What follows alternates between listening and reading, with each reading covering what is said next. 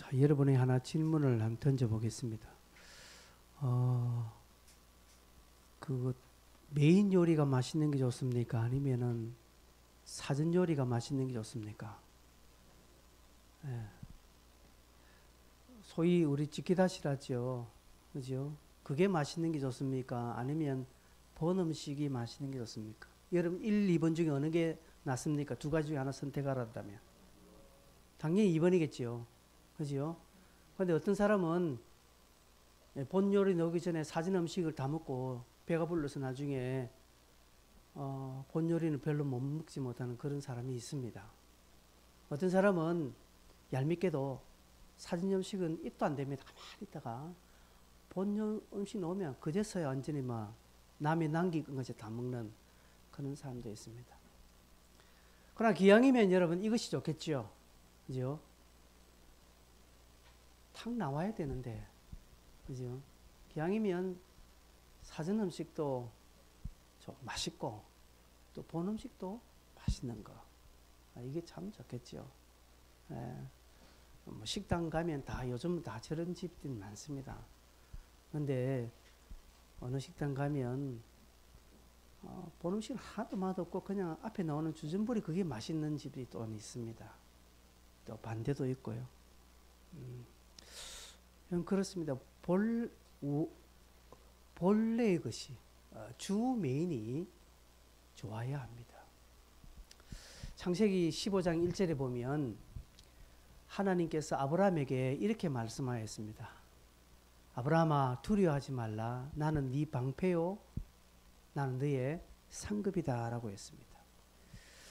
하나님께서 아브라함에게 저렇게 말씀하신 배경에는 14장에 보면 아브라함이 자기가 거느리는 318명을 거느리고 자기 조카 롯을 포로로 잡아간 5개국 연합국을 야밤에 기습해서 그래서 조카 롯을 구출하고 그리고 오는 길에 어떤 전리품들을 멜기세덱에게 11조를 다 드리고 이제 자기는 돌아와서 불안에 떨고 있습니다. 혹 그 연합국이 다시 내게 쳐들어오면 어떡할까? 나는 후사도 없고 내 가업을 이을 자식도 없는데 이러다 내가 죽으면 어떡하지? 라는 불안에 있을 때 하나님은 나타나셔서 아브라함아 내가 너의 본 음식이다.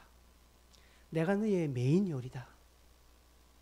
네 앞에 사전 음식 좀 찌개다시 다 뺏겠다고 그거 불안해하지 말고 내가 너의 본 음식이다 라는 말씀이 저 말씀입니다. 하나님께서 오늘 우리에게도 그렇습니다. 하나님은 오늘 우리에게 야 내가 너에게 메인 요리다. 내가 너의 상급이다. 너는 나로 인해서 감사할 수가 없냐? 자꾸 앞에 찌개다시 그거 못 얻었다고 그거 맛없다고 그거 다 뺏겼다고 그것 때문에 맨날 니는 감사하고 그것 때문에 원망하고 그것 때문에 주저앉고 왜 그러냐? 본 음식 내가 있지 않느냐? 라고 우리에게 말씀하십니다. 베드로는 은과금은 내게 없다. 그러나 내게는 메인 요리가 있다. 예수 그리스도가 있다. 그 이름으로 일어나 걸어라 하는 놀라운 기적을 베풀었습니다. 예수 이름으로 베드로는 엄청난 일들을 했습니다. 그런데 베드로에게 다가온 결과는요. 감옥에 갇히게 됐습니다. 붙잡히게 되었다는 것이죠. 여러분이 인정은 쉽게 되진 않지만 알고 있는 내용이 이것입니다. 여러분 우리가 열심히 한다고 매사에 열심히 한다고 다 좋은 결과를 얻습니까? 그게 기본 진리입니다. 열심히 하면 좋은 결과를 맺는다는 것은 변하지 않는 기본 진리입니다. 그러나 우리가 알듯이 그렇지 못하는 경우도 있다라는 사실입니다. 열심히 했는데 정말 열심히 했는데 누가 봐도 열심히 했는데 결과는 정반대의 어떤 것을 얻을 수 있습니다. 성경에도 보면 정말 열심히 살았는데 요셉 같은 인물 보세요. 얼마나 열심히 살았습니까? 그런데 팔려가고 종살이하고 억울한 누명 써서 다시 감옥에 들어가고 이 고생 저 고생 한 것들을 봅니다. 욥을 보십시오. 그는 아주 경건한 자라고 했습니다.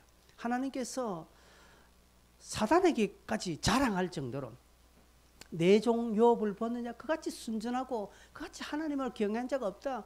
얼마나 욥이 잘 살았으면 하나님이 그런 칭찬했겠습니까? 그런데 욥을 보십시오. 그런 인물들이 성경뿐 아니라 오늘 우리 사는 세대도 우리 주변에 심심찮게 볼 수 있습니다. 문제는 열심히 했는데 결과가 내가 원하는 결과가 안 되고 정반대가 됐을 때 그때 내가 어떤 자세를 가지느냐에 따라서 어떤 태도를 취하느냐에 따라서 진짜 메인 요리를 맛보느냐 맛보지 못하느냐에 달려 있습니다.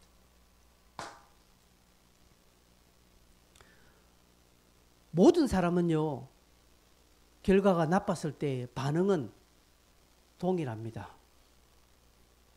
낙심하고 좌절하고요.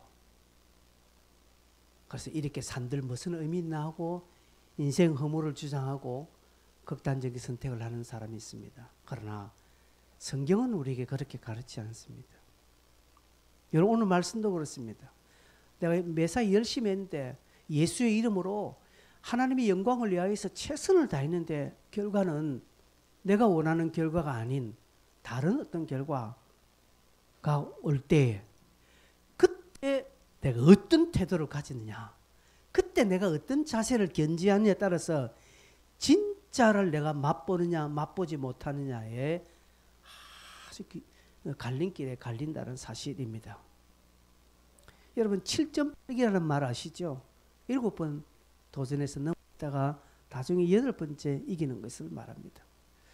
여러분 한 번, 두 번, 세 번 정도 넘어졌으면 이제는 포기할 수 있습니다. 그런데 7번까지 가는 거예요. 계속 넘어졌을 때 이 사람의 자세는 뭡니까? 다시 도전하는 것이죠. 그러니까 나중에 8번째 승리하는 것을 말합니다. 그렇죠? 요즘 우리나라에는 트로트가 지금입니다. 얼마 전에 미스트롯이 대망의 막을 냈죠. 그게 2등을 한 어떤 가수가 있습니다. 1등도 아닙니다. 2등을 한 가수는 어릴 적부터 국악을 했습니다. 국악을 쭉 10년간 하다 성대에 낭종이 걸려서 국악을 못하게 되는 상황이 되었습니다. 그래서 이 친구는 또다시 아이돌 그룹에 들어갔습니다. 아이돌 그룹에 들어갔는데 한쪽 다리 마비가 와서 그것도 하지 못하는 상황입니다. 이 친구는 젊을 때에 하는 것마다 자기가 하는 것마다 다 안 되는 거예요. 그런데 계속 이 친구는 도전해서 이번에 미스트롯에 도전해서 2등이라는 성적을 거뒀습니다. 본인이 그런 게 있습니다. 본인이 수상선거 때 자기는 이때까지 오면서 하는 것마다 안 됐다는 거지. 열심히 했는데 살려고 열심히 했는데 안 되더라는 거죠. 그런데 그럴 때 주저하지 않고 다시금 입원해서 좋은 성적을 얻었다는 이야기를 제가 보면서 저걸 설교에 한번 써먹어야 되겠다 딱 했는데 써먹게 됩니다. 여러분 예루살렘 교회에 첫 핍박이 찾아옵니다. 오늘 4장 1절에서 3절 보니까 베드로가 옥에 갇히게 됩니다. 그 전까지는 베드로는 성령에 충만했어요. 한번 설교하니까 3,000명이 돌아올 뿐 아니라 예수의 이름으로 일어나 걸으라 하니까 안전뱅이가 일어나는 놀라운 거죠. 많은 사람들이 베드로 주변에 몰려와서 베드로가 갑자기 막 인기가 급상승합니다. 그래서 베드로가 잘 살아서 훌륭한 사람이 되었다라고 결론을 맺는 것이 아니라 베드로가 잡혀 감옥에 들어가 순환을 당합니다. 베드로뿐 아니라 모든 사도들에게 위기가 찾아오게 됩니다. 제자들은 열심히 했습니다. 성령 충만을 받고요. 열심히 했습니다. 그런데 결과는 영 딴판으로 지금 흘러가고 있습니다. 여러분 열심히 산 성도들에게, 수고하고 헌신한 우리 성도들에게 곤욕이 찾아올 수 있습니다. 환난이나 고난이 찾아올 수 있습니다. 여러분 그럴 때 제가 아까 말씀드린 이럴 때 내가 여기서 어떤 태도를 가지느냐, 여기서 어떤 자세를 가지느냐는 것은 엄청난 것입니다. 하나 알 것은요, 내가 열심히 했는데 내 나름대로 최선을 다했는데 결과가 안 좋게 나올 때는 하나 여러분 꼭 아시는 것은 이게 끝이 아니다는 사실을 꼭 기억하셔야 됩니다. 이제 끝났다. 내 인생 끝났다. 나는 이제 앞으로 이제 막 내 마음대로 살 거야. 왜 했는데 열심히 했는데 이런 결과가 나오니 나는 이제 안 할 거야. 막 인생 막 살 거야. 라고 하면 그 사람 끝까지 메인 요리를 맛보지 못합니다. 그러나 이럴 때 끝이 아니다. 아직 끝이 아니다.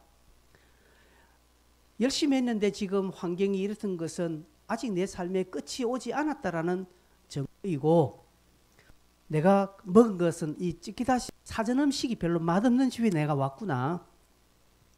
이렇게 생각하고 이제 본 음식은 맛있을 것이다 라는 그런 진짜 상급을 다 기도하고요. 기대하고 다시금이라는 단어를 새겨야 합니다.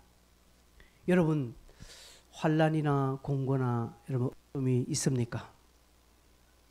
지금 여러분 나름대로 여러분이 원하는 결과가 오지 않고 나름대로는 좀 최선을 다하고 열심을 내었는데 지금 상황은 정반대로 지금 흘러가고 있습니까?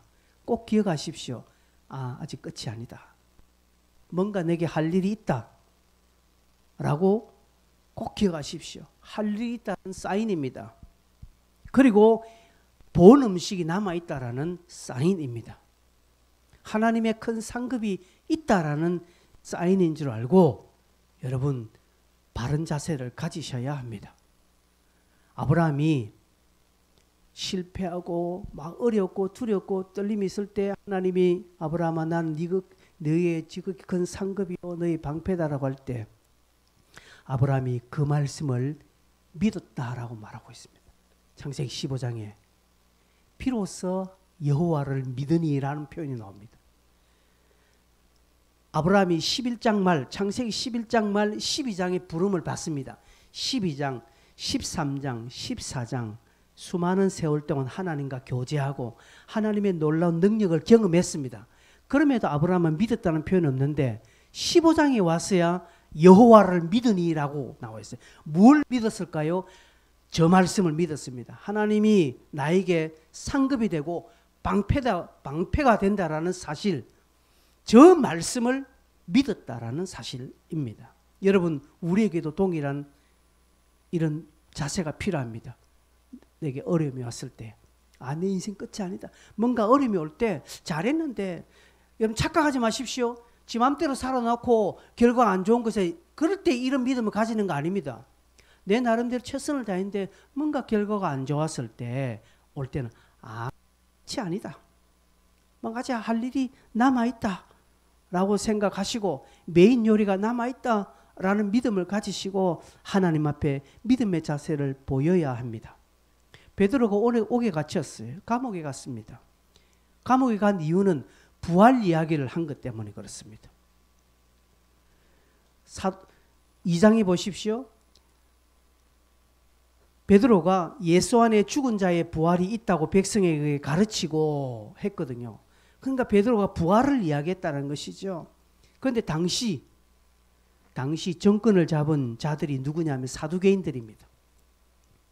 이 사두개인들의 가르침에 정반대되는 것입니다. 여러분 아시죠? 사두개인들은 부활을 인정하지 않습니다. 천사나 영이나 하늘을 부정합니다. 인정하지 않습니다. 그런데 베드로가 지금 부활을 가리키고 백성들에게 부활을 가리키고 그 부활을 믿는 숫자가 지금 5,000명이나 지금 돌아오는 그런 일들이 지금 예루살렘의 소문이 흉흉하고 여론이 사두개 정권의 반대쪽으로 여론이 다 흘러가고 있다는 사실입니다. 그러니 그들을 정권을 수호하고자 하는 사람들에게 치명적이거든요. 그래서 정적인 베드로를 잡습니다. 여러분 오늘은 마찬가지입니다. 정권에 도전하면요 싸그리 막 잡아가지고 아무도 모르게 지도새도 모르게 싹 숙청을 하는 시대는 그때나 지금이나 똑같습니다. 그렇다면 그때나 지금이나 같다면 예수의 가르침도 마찬가지입니다. 여러분, 예수의 가르침, 복음은 세상과 늘 대치됩니다. 여러분, 복음이 세상이 인정받습니까? 복음이 세상의 박수를 받습니까? 아니에요. 성경의 가르침은 세상의 가르침과 배치가 됩니다. 대치됩니다. 그러기에 많은 사람들이 성경학자라 할지라도 여기서 물렀습니다. 뒤로 물렀습니다. 왜? 세상이 반대하니까. 그게 코로나 때 역시 드러났죠. 어떤 학자는요, 어떤 구약학자는 했습니다. 원래 교회는 비대면 예배를 했다. 우리가 하나님을 비대면했지 않느냐. 이런, 죄송합니다, 완전 개같은 소리를 하고 있어요. 우리가 하나님을 비대면했다라고 이야기합니다. 그것도 성경학자가요, 구약학자가. 그러니까 비대면 예배는 뭐 우리가 원래 하나님을 비대면했지 않느냐는 이런, 아유, 그렇습니까 여러분? 아, 우리는 하나님을 배웠다. 다윗도 하나님을 보았다라고 했습니다. 예수도 나를 본 자는 하나님을 보았다라고 했습니다. 우리는 하나님을 봅니다.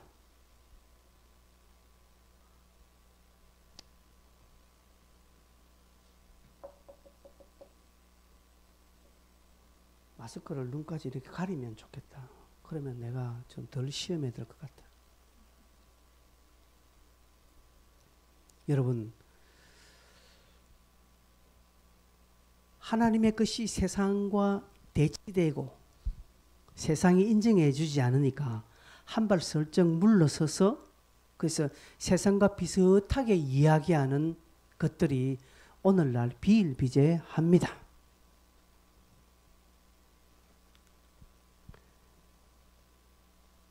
우리가 이런 부분에 물러서면 결코 메인 요리를 맛보지 못합니다.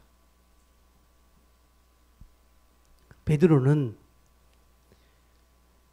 이 말씀을, 이 설교를 하면 자기에게 불리하다는 사실을 알고 있어요. 사두개인들은 원래 부활을 인정하지 않는다는 것을 알고 있었습니다. 이미 예수님과 함께 할 때 예수님도 위기 때 부활 이야기에서 사두개인과 바리새인들이 싸움하도록 하고 살짝 예수님도 빠지셨거든요. 이런 것들을 알기 때문에 베드로도 잘 압니다. 그러나 자기에게 불리하지만 부활을 이야기하는 겁니다. 그러면서 5절부터 9절까지는 지금 사람들이 신기하게 지금 여기는 일들에 대해서 소개합니다. 지금 왜 이런 일이 일어났느냐. 그래서 베드로는 예수 그리스도의 이름으로 이 일이 일어났다라고 이야기합니다.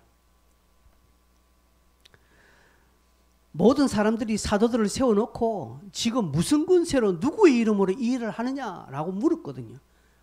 그래서 베드로는 성령이 충만하여서 누가 이런 일이 누구의 근세로 누구의 이름으로 일어났다라고 내게 묻는다면 10절에 이렇게 말합니다. 나사렛 예수 그리스도의 이름으로 이런 일들이 일어났다라고 아주 노골적으로 아주 당돌하게 이야기를 하고 있습니다. 그러면서도 베드로는 더 노골적으로 너희가 십자가에 매달린, 자꾸 너희라는 표현을 쓰고 있습니다. 사두개인들을 향하여 있어. 너희는 알아라. 너희가 죽인 예수를 하나님께서 너희 앞에 이렇게 일으키셨다라고 말합니다. 특별히 11절에는 보면 건축자들의 버린 돌로서 집 모퉁이에 머릿돌이 되었느니라, 이런 표현을, 이 표현은요 사두개인들이 딱 알면 아는 표현입니다. 이게 무슨 말이라는 것은 똑똑한 사두개인들은 딱 알아차립니다. 건축자들의 버린 돌, 이건 사두개인들을 말합니다. 너희들이 버린 돌, 그 예수를 하나님께서 성전에 아주 귀중한 집에 퉁이돌로 세우셨다라고 이렇게 말합니다. 결정적인 한 방을 12절에 먹입니다. 뭡니까? 다 같이 읽어볼까요? 12절 시작. 다른 이로서는 구원을 받을 수 없나니 천하 사람 중에 구원을 얻을 만한 다른 이름은 우리에게 주신 일이 없음이라 하였더라. 아멘이. 이 부분에 아멘 하셔야 됩니다.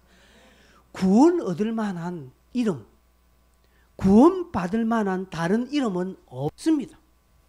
구원 받을 만한 이름은 예수 그리스도 외에는 없습니다. 지금 베드로는 이 말을 합니다. 불난 집에 기름을 붓는 격입니다. 지금 베드로는 이 말에 자기의 목숨을 겁니다. 자기는 말 한마디 하고 이제는 죽을 것이다 라는 그런 고백으로 이 말을 합니다. 천하인간에 구원받을 만한 다른 이름이 없다.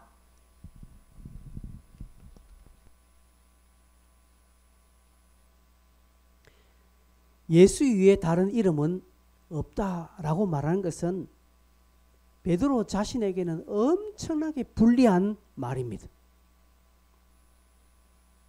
이쯤 서서 베드로는 내 말이 그 말이 아니고 이 사람들 좀 잘 들어라. 내 말은 예수 그리스도 외에 다른 게 없다는 것은 예수 그리스도 그만큼 중요한 분이다. 이런 뜻이지. 꼭 그 뭐 다른 거 전혀 안 된다고 하더나. 이렇게 한마디만 돌려도 그는 유리한 입장에 설 수 있습니다. 그런데 그렇게 하지 않습니다. 예수 그리스도 외에는 구원받을 수 없다라고 하는 말은 베드로 자신에게는 너무 불리한 말이고 자기의 여건과 환경을 낭떠러지로 몰고 가는 말입니다. 그러나 이 말은 하나님께 영광이 되는 말입니다. 그 말 한마디는 하나님이 유리하게 되는 말입니다. 하나님께 영광을 돌리는 말의 대부분은 나에게는 불리한 요소로 작용할 때가 많습니다. 우리가 나가서 예수 천당 외쳐보십시오. 나는 불리합니다. 세상은 다 손가락질하고 저기 하여튼 예수쟁이들 하여튼 하면서 막 돌 던지려고 합니다. 그러나 하나님은 유리합니다. 하나님의 영광 받습니다. 그러기에 죽어도 외쳐야 할 말이 있고요. 나는 망하고 나는 새하여도 하나님 그분이 흥하고 하나님이 그분이 영광 받으시는 말이 있다면 나는 해야 합니다. 세례 요한이 그 말했지요. 베드로는 지금 그렇게 말하고 있습니다. 자기는 불리해도 이 말은 해야 돼. 내가 죽어도 해야 돼. 그 말, 예수 그리스도 외에는 구원이 없다는 말입니다. 여러분, 하나님이 유리하신 말을 하세요. 여러분 유리한 말 찾아서 하지 말고 내 유리한 상황으로 신앙생활을 끌고 가지 말고 하나님이 유리한 상황으로 신앙을 좀 끌고 가시고 여러분을 그 부분에 불쏘시개로 들여야 진정으로 사는 길이 거기에 있습니다. 베드로가 죽었습니까? 감옥에 영원히 갇혀 있었습니까? 아니요. 그 다음 보면 풀려나요. 그런데 우리는 사전 음식이 조금 망했다고 해서 다 끝난 것처럼 주저앉고요. 한다는 것이죠. 그래서 해야 할 말을 쏙 빼먹고요. 나중에 불나니까 내 말은 그게 아니고 이런 뜻이라고 말을 돌리는 경우가 허다합니다. 베드로는 사전 음식에 관심이 없습니다. 베드로는 본 음식에 메인 요리에 관심이 있습니다. 무엇입니까? 세상은 사전 음식이에요. 여러분 이 세상은 찌끼다십니다. 그러나 하나님은 메인입니다. 우리가 하늘나라에서는 그 음식을 영원히 먹을 것이고 그럼 이 땅에서는 뭐 보느냐? 아니 이 땅에서도 우리가 메인 요리를 맛볼 수 있습니다. 하나님 맛보시게 해주십니다. 그게 무엇입니까? 우리가 지금 이 예배도 그 메인 요리를 맛보고 있는 거예요. 지금 비록 약간 맛이지만 보고 있다는 것이죠. 그러나 오늘 많은 사람들은 이 사전 음식에 이 땅의 것에 관심을 가지고 그것에 혈안이 되어 있습니다. 그래서 잘 되는 것에 유익되는 것에 막 그게 갈려. 내가 유리하다면요 여기 저기 다 가는 것입니다. 죄 짓는 것은 살짝 빼놓고요. 죄 짓는 것을 살짝 빼놓고 유리한 것은 죄 짓는 그 직전까지는 갑니다. 그렇게 교묘하게 신앙생활을 한다라는 것이죠.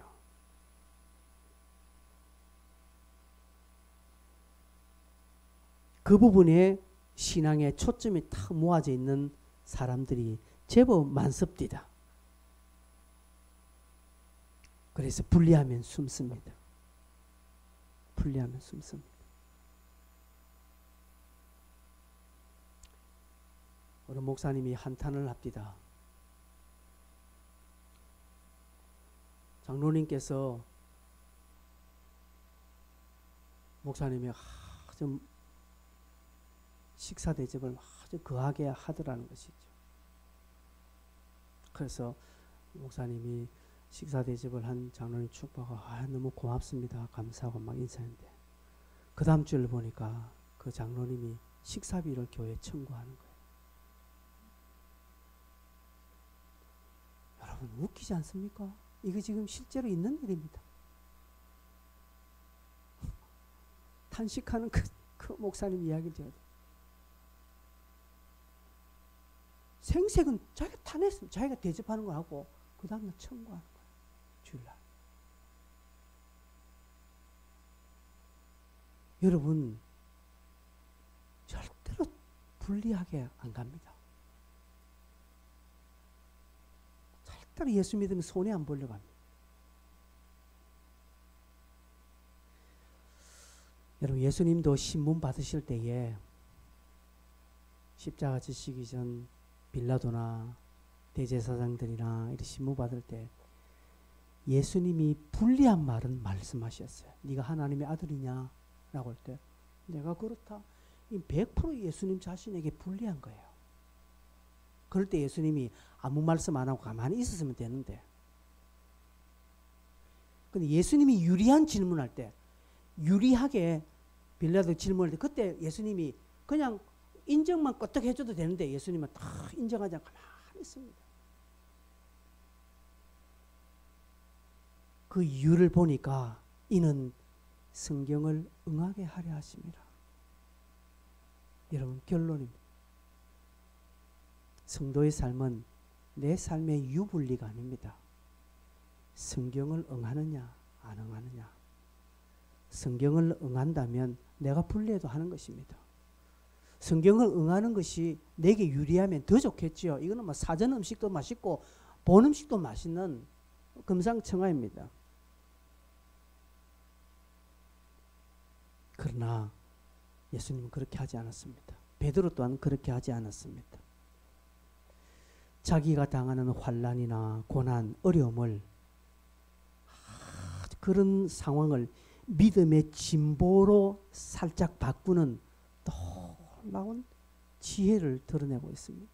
여러분 저도 그렇고 여러분도 우리가 당하는 어려움, 내가 지금 당하는 심한 힘든 상황, 괴로운 상황을 믿음의 진보로 좀 성화시킬 수 없겠습니까? 우리 그렇게 좀 살면 안 될까요? 저도 마찬가지입니다.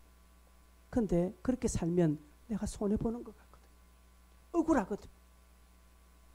억울해 내가. 손해보는 거 억울하고. 분이 터지는 거야. 그걸 안 하는 겁니다. 추수합니다. 하나님은 우리에게 말씀합니다. 네 괴롭냐? 네 어려우냐? 환난이 오느냐?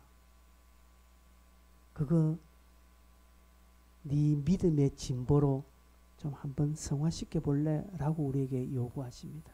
그럴 때 눈물을 흘리면서 지그시 눈 감고 아멘하고 가는 길이 복된 길입니다.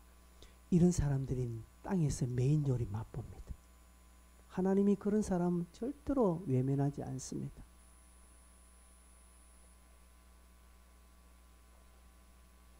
성도 여러분, 그게 하나님이 내 상급이 되고 방패가 된다라는 이야기입니다.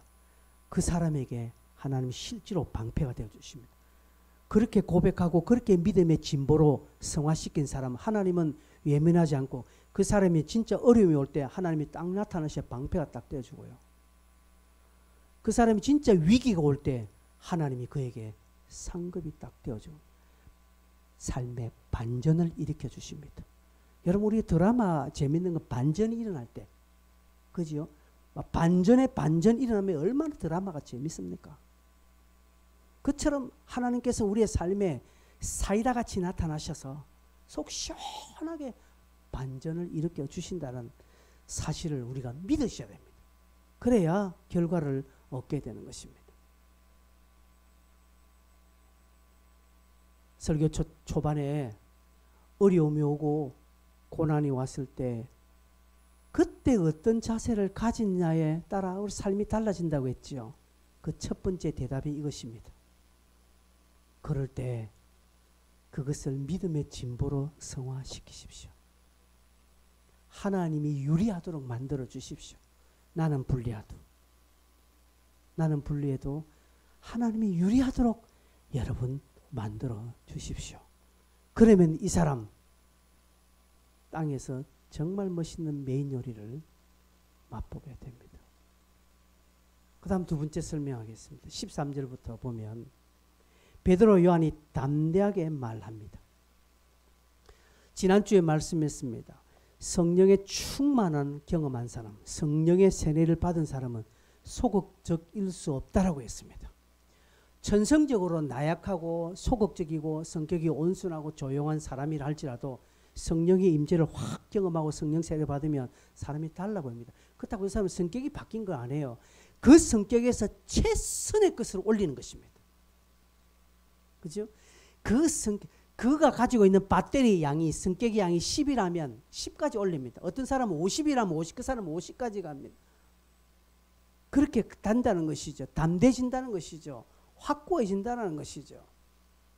여러분 그렇게 되지 못하니까 신앙생활 잘하다 어려우면 소극적으로 가는 겁니다. 어떤 사람들은요. 신앙생활 조금만 힘들면 그냥 교회 안 갑니다. 조금만 자기 막 기분 상하고 마음 상하면 그냥 교회 안 갑니다. 세상은 그런 사람들을 보면서 봐라. 예수 믿다가 꼴 좋게 됐네. 잘 믿다가 하다 보니까 봐라 예수 믿으면 그래 된다 안 하더나 라고 이야기하면서 오히려 그 사람들을 더 부추깁니다. 그래서 의기소침해지죠. 교회 다니까 별 수 없더라 라고 이렇게 이제 안티로 돌아서게 됩니다. 그러나 베드로와 요한은 그렇지 않습니다. 오히려 어려움이 오고 시험이 크게 오고 환난이 올 때 더 담대하게 더 적극적으로 나가는 것입니다. 소위 눈에 보이는 게 없는 것입니다. 여러분 이럴 때 우리의 믿음의 진보가 일어납니다. 담대해지는 거죠. 환난 때 담대하는 것입니다. 너희가 담대하라 내가 세상을 이겼다라고 말씀합니다. 여러분 고난이 어려울 때 담대하셔야 됩니다. 그럴 때 대담해지셔야 합니다. 그런데 복음 전거에는 하나 애매한 게 따라오는 것입니다. 뭐 어떤 것이 따라옵니까? 13절 보니까 사람들이 뭐랍니다. 본래 학문 없는 범인으로 알았다가 이상히 여기며 또 전에 예수와 함께 있던 줄도 알고 라고 말합니다. 사람들이 보니까 베드로를 보고 저거 초등학교도 안 넣은 저 무식쟁인데 라고 이야기합니다. 학력을 베드로의 최고 아킬레스건인 학력을 건드립니다. 얼마나 자존심 상하면 안 그러면 못 배운 게 한이 됐는데. 그리고 저거 전에 예수와 함께 있었는데 라고 이게 뭡니까? 옛날에 예수님께서 십자가 잡히시기 전날 밤에 붙잡혔을 때 어떤 조그만 아이가 계집아이가 모닥불 피고 있는 베드로에게 이 사람도 예수와 함께 했던 자인데 라고 그 질문을 했거든요. 요 질문을 하고 있는 것이죠. 사단은요 우리의 약점을 너무 잘 압니다. 내가 담대해질 때요 이 담대함을 밀고 가지 못하도록 사단은 딱 우리의 약점을 딱 긁어 놓습니다. 저거 네 학교도 못 나왔잖아 라고 이야기합니다. 소위 말해서 너 부모 누구야? 이렇게 나오는 것이죠. 너가 엄마 아버지 뭐해? 뭐 이렇게 묻는 겁니다. 너가 아버지 지금 뭐해? 이렇게 물으면 어떤 사람 할 말이 없죠. 얼마 전에 KTX에서 어떤 여자가 우리 아버지가 누군지 알아요? 자꾸 했죠. 알아보니까 개뿔 아니더라는 것이. 사단은 우리의 약점을 물고 내가 신앙적으로 담대하려고 하고요. 믿음으로 진보를 좀 가지려고 성화를 딱 마음먹으면요. 딱 사단은 그 하지 못하도록 약점을 걸고 넘어집니다. 복음 증거를 방해합니다. 우리의 부끄러움, 연약함을 막 드러내고 내 자존심을 상하게 합니다. 그렇게 해서 그 일을 못하도록. 소위 저거 학문 없는 범인아, 저 무식쟁이 아니냐? 이런 공격을 합니다. 자존심 상하도록 하는 것이죠. 저거 전에 예수와 함께 있던 자가 아니냐는 것이 딱 이거 베드로에게는 약간 트라우마거든요. 베드로는 닭고기 못 먹어요. 닭 울었을 때에 회개했기 때문에. 그래서 트라우마가 있다는 것이죠. 그 이야기를 지금 꺼지고 있다는 거예요. 사단은 얼마나 교묘하게 지혜롭게 우리를 공격하는지 모릅니다. 이제 문제는 이럴 때 담대해지는 것입니다. 그래, 어쩔래? 라고 나가야 됩니다. 근데 사단이 그래 공격하니까 맞아. 내 같은 게 뭐라고? 그래, 여기까지만 해도 나는 잘했다. 그래 하면서 속습니다. 사람들의 손가락질하고 옆집에 아줌마가 욕하고 하니까 막 부끄러워서 그 다음부터 안 갑니다. 전에는 그래도 성경책을 이렇게 들고 제가 어릴 때만 해도 참 많은 교회 주일 아침에 성경책 이렇게 들고 나왔어요. 많은 분들이 있어요. 근데 어느 순간부터 성경책 다 가방에 들어가고요. 어느 순간부터 성경책은 안 보입니다. 요즘 주일날 보십시오. 저 사람이 교회 가는지 안 가는지 느낌상 꼭 근사히 느끼는 분이 있어요. 그 느낌이지 실제로 눈에 보이는 거 없습니다. 이럴 때 여러분 우리가 담대해지는 것이죠. 세상이 우리를 공격할 때 담대하는, 그래 나 못 배웠다, 왜? 가야 돼요. 그래 내 지난번 그런 말 했다, 왜? 이렇게 나가야 되는 것인데 많은 사람들 그게 넘어지더라는 것이죠. 그렇게 담대히 나가면요 하나님이 막아주십니다. 근데 많은 사람들은 담대히 못 갑니다. 스스로 주저앉습니다. 여러분 베드로 보십시오. 베드로 요한은 담대히 나간 것이죠. 그러니까 14절에 뭐랍니까? 병 나은 사람이 그들과 함께 서 있는 것을 보고 비난할 말이 없는지라 하라고. 하나님께서 비난하지 못하도록 싹 입 닦아주십니다. 그들의 싹 막아주시는데 스스로 주저앉으면 안 된다는 것이죠. 증거가 있다는 것이죠. 하나님께서 병 나은 사람 옆에 딱 옆에 붙여주니까 사람들은 그것 보고 말 못하게 싹, 그 다음 처음에는 막 열심히 비난하는데 그 다음에 비난을 못하더라는 것이죠. 그러니까 베드로와 요한은 담대해지는 것이죠. 자, 여기서 베드로와 요한이 담대한 이유는 병 나은 사람이 있었기 때문에 담대했습니까? 원래 담대했기 때문에 병이 나아졌습니까? 예, 원래 담대했기 때문에 그렇습니다. 담대하면 이런 기적이 일어나는 것입니다. 세상은요 오늘 우리에게 담대함을 요구하지 안전뱅이를 요구하지 않습니다.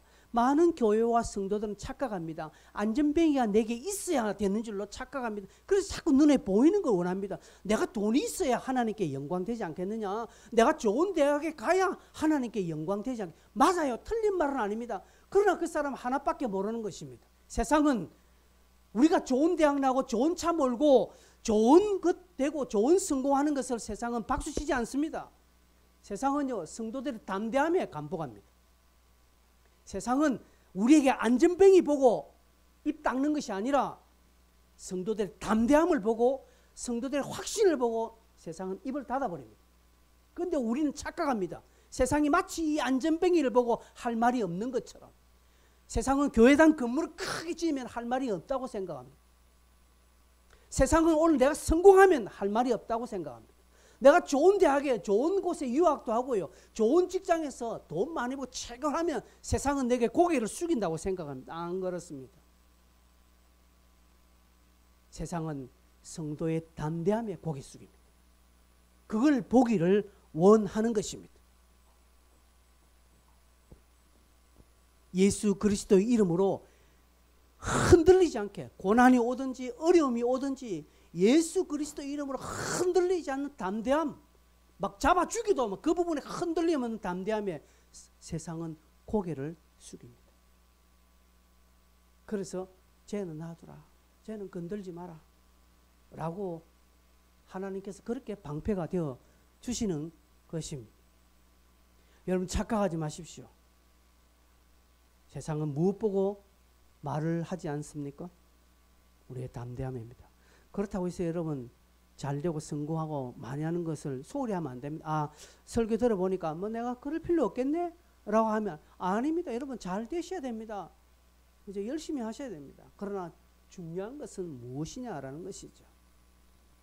사단도 안전뱅이를 고칠 수 있습니다. 귀신도 역사를 합니다. 기적을 일으킵니다. 안전뱅이 일으킬 수 있습니다. 사단도요. 그러나 사단은 담대할 수 없습니다. 사단은 담대하지 않습니다.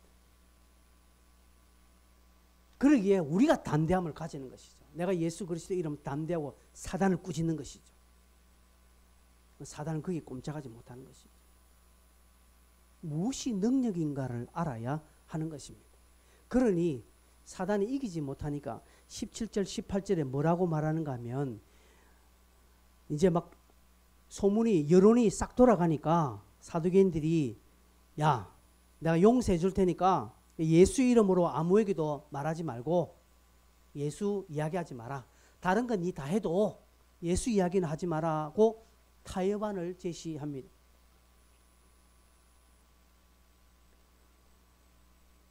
오늘날도 마찬가지입니다. 오늘날도 교회를 반대하는 자들이 있죠. 교회 안에서 교회를 반대하는 자들이 많습니다. 교회 안에서 세상 이야기하는 사람들은 늘 타협안을 이야기합니다. 그죠? 아까도 이야기했죠. 세상이 막 코로나 시대에 막 교회를 막 뭐라 하고 하니까 설득이 타협안을. 우리가 원래 하나님을 비대면하지 않느냐. 근데 비대면 예배가 뭐가 나쁘냐. 이 사람은 본질을 모르는 사람이에요. 여러분 그렇지 않습니다. 교회 안에서요. 아이 꼭 뭐 예수 믿어야 구원받냐. 뭐 우리 그러지 말자. 이런 사람이 있어요.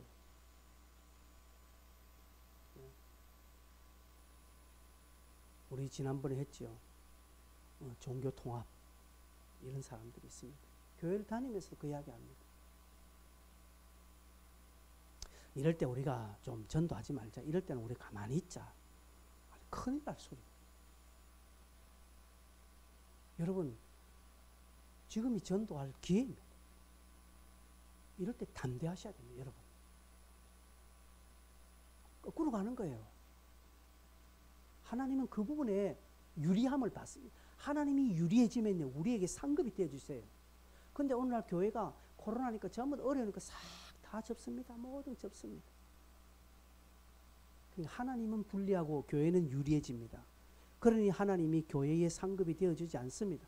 방패가 되어주지 않습니다. 교회 안에서 합리적인 사고를 이야기하는 사람들. 지극히 상식적이고 그냥 아주 윤리적으로 이야기하는 사람들이 있습니다. 이 교회를 반대하는 자들입니다. 그가 아무리 예수를 믿는다 할지라도 그는 반대하는 자들입니다. 하나님도 세상도 다 좋다라고 이야기합니다. 그러나 예수님은 하나님과 세상을 겸하여 섬길 수 없다라고 분명히 못 박으셨습니다. 그러기에 우리는 담대하게 예수밖에 없다라는 것을 우리는 담대하게 외쳐야 합니다. 베드로와 요한이 대답하여 하나님 앞에서 너희 말을 듣는 것이 하나님의 말씀을 듣는 것보다 옳은가 너가 한번 판단해봐라 하는 것이죠. 19절에 사람의 말 듣는 것보다 하나님의 말을 듣는 것이 더 옳지 아니하냐 이 말입니다. 그렇습니다. 분리해도 하나님의 말씀과 그 뜻대로 사는 것이 내게 유리한 것입니다. 결국은 유리한 것입니다. 그렇게 살겠다고 확신해야 합니다. 그래서 여러분 성도에게는 하나님의 것이 자꾸 우리를 충동질해야 됩니다. 그런데 우리는 세상의 충동질에 날마다 영향을 받습니다. 하나님의 충동질에는 별로 영향받지 않습니다. 아유, 또 저 소리 하는가 보다. 목사님 또 저 소리 하는가 보다. 아유, 정말 하면서 막 기를 닫습니다. 그러나 세상에서는 얼마나 민감한지 세상의 뉴스 하나에 민감한. 그래서 여러분 좀 가짜 뉴스에 좀 휘말리지 마세요. 하나님의 뉴스에 여러분이 관심을 좀 가지시기를 바랍니다. 그래서 세상의 소리가 크게 들리면 하나님의 소리는 들리지 않습니다. 반대로 하나님의 음성이 크게 들리면요, 세상의 소리 들리지 않습니다.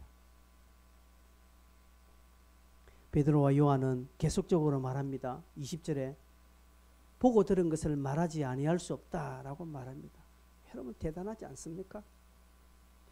내가 들은 것을 말하지 않을 수 없고 본 것을 내가 말하지 않을 수 없다.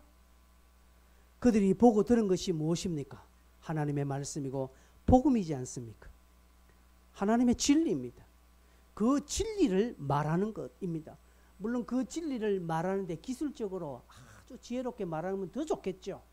그러나 여러분 진리는 그 자체로 정답이기 때문에 만점이에요. 여러분 내가 아무리 여러분 글씨를 엉망정처로 악필로 쓴다 하더라도 그 글씨가 그 말이 정답이면 맞는 거예요. 그러나 내가 하나의 천하의 명필이라 할지라도요, 천하의 명필로 내가 답을 쓰는데 그 틀렸어. 그럼 문제는 틀린 거예요. 여러분 우리는 진리 자체에 하나님의 말씀에 우리는 목숨을 걸고 독선적이다, 아집이다 라고 이야기해도 그것을 외치는 것이 중요한 것입니다. 베드로 요한이 그렇게 말합니다. 똑같은 말이라도 아다르고 어다르다 하지 않습니까? 약간만 말만 돌려도요 우리는 유리해질 수 있어요. 이제 우리 앞에 고난이 올 때 너 예수 믿을래 안 믿을래? 믿으면 너는 석방이고 안 믿으면 너 죽어 라고 했을 때 이렇게 내가 이곳에서는 내가 안 믿는다 하고 내가 나가서 열심히 믿고 예수 전하면 안 되겠나? 누이 좋고 매부 좋고 고랑치고 가지 잡고 이거 좋지. 이게 지혜롭지 않겠? 이게 뱀같이 지혜로운 것이지 라고 하면서 딱 올 때 내 예수 안 믿겠어 하고 딱 이제 나가는 거. 나가서 열심히. 그 하나님 기뻐할까요? 하나님 기뻐하지 않습니다. 유명한 교부 폴리갑이 나이 90이 되어서 잡혔습니다. 화형대에 올라갔습니다. 화형대에 올라가서 이제 밑에 이제 로마 군사에 불을 붙이려 할 때 로마 군사가 이야기합니다. 폴리갑에게 선생님 안 믿는다 한 말씀 하시고 가서 믿으십시오. 마음대로 사해 가십시오. 여기에서는 안 믿는다 한마디만 하시고 내려가셔서는 마음대로 믿으시고 활동하십시오 라고 제안했습니다. 얼마나 좋은 제안입니까? 근데 폴리갑이 내 평생 주님은 나를 한 번도 나를 외면한 적이 없는데 내가 이 나이에 살겠다고 내가 예수를 부인할 수는 없다라고 하면서 그 자리에서 화형당했어요. 믿음은 그렇게 가는 것입니다. 그러니 21절 끝에 한번 보십시오. 21절 끝에 보니까 모든 사람이 그 된 일을 보고 하나님께 영광을 돌리더라고 말합니다. 다 속으로 인정했다라는 것이죠. 예수 위에 길이 없다라는 것을 전하면 그곳에는 반드시 영광이 드러납니다. 사람들은 고개를 흔들어도 우리의 심령에 기쁨이 성도가 결국 믿음의 끝을 따라가면요 찾아오는 것은 기쁨이고 평강이고 안식입니다. 그러나 그 반대로 살면요 상황은 펼쳐질지라도 마음은 괴롭습니다. 지옥을 가는 것입니다. 여러분 선택하십시오. 저와 여러분의 믿음의 끝자락까지 가면 환경은 지옥 같아도 내 마음은 그렇게 편할 수가 없고 그렇게 기쁨이 찾아올 수밖에 없습니다. 여러분 우리가 은과 금에 기뻐하지 말고 그 기쁨을 맛보아야 되지 않겠습니까? 예수로 오는 담대함, 예수로 오는 영광, 예수 때문에 오는 하나님의 방패와 상급, 이 본게임, 이 본 음식, 메인 음식을 맛보아야 되지 않겠습니까? 왜 자꾸 짜투리 음식, 사전 음식 그거 보고 짜투리 음식이 나오는 그 멍게 그거 맛있다고 멍게 더 달라고 하는 사람이 있습니다. 땅콩이 맛있으니까 땅콩 더 달라고 결국 나중에 땅콩 많으니까 속이 더 불안하니까 나중에 진짜 맛있는 해는 몇 점 못 먹고 집에 가서 설사내버리고 이 뭔 일이냐는 것이죠. 우리가 그런 인생을 그런 삶을 지금 살고 있지 않냐는 살지 마자는 것이죠. 성도 여러분 말씀을 맺겠습니다. 크게 두 가지 생각하십시오. 열심히 했는데 안 됐을 때 그때 가지는 태도와 자세가 중요하다고 했습니다. 그럴 때 그 상황을 믿음의 진보로 바꾸십시오. 성화시키십시오. 그리고 이 부분에 담대함을 잃지 마십시오. 사단은 약점을 걸고 넘어옵니다. 우리의 자존심 걸고 넘어옵니다. 교묘하게 우리를 타협안을 제시합니다. 그럼에도 불구하고 흔들리지 말고 담대함을 가시면 하나님은 어느 순간에 상급이 되어주십니다. 상급이 어느 순간 방패가 되어주시고 진짜 말로 형언할 수 있는 마음의 기쁨과 평안과 안식과 안전감을 여러분 누리게 될 것입니다. 그 믿음 안에서요. 찬송하겠습니다.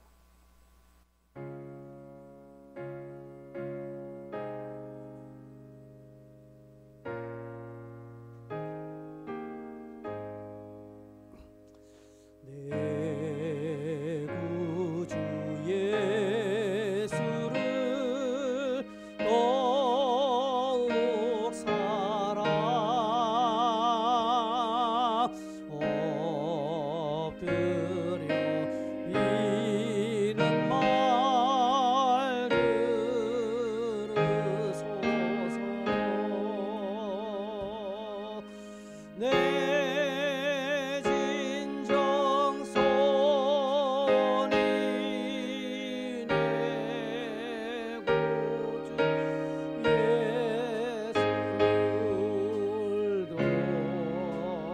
더욱 사랑.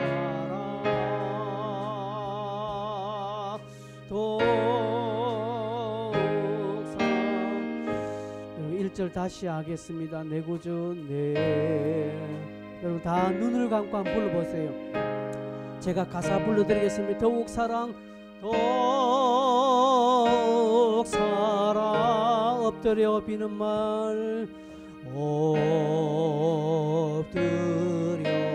비는 말 들으소서 들으소서.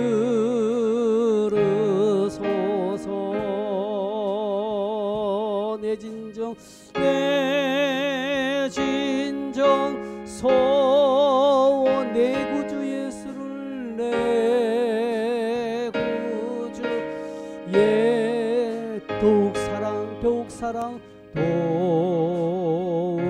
사랑 더욱 사 다만 내 비는 말 내 구주 예수를 다만 내 비는 말 내 구주 예수를 더욱 사랑 더욱 사랑 더욱 사 다시 한번 내 진정 소원이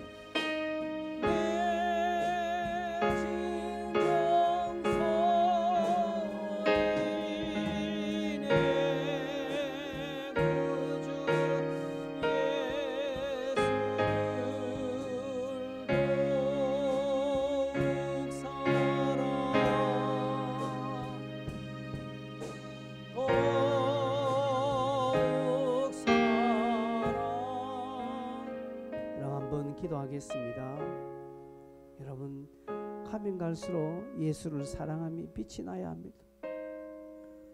근데 자꾸 우리는 옛 습관대로 갑니다. 자꾸 세상 관심 내 유리한 쪽만 갑니다.